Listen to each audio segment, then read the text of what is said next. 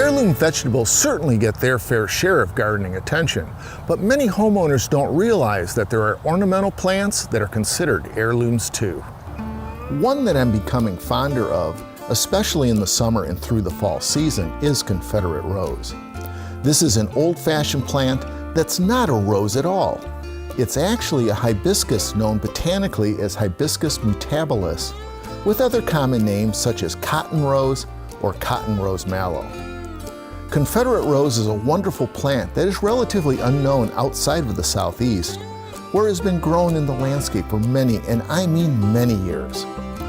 The large bright green leaves are big, 5 to 7 inches, fuzzy on the undersides, and deeply lobed. They impart a coarse texture that gives the plant a distinctive eye-catching appeal.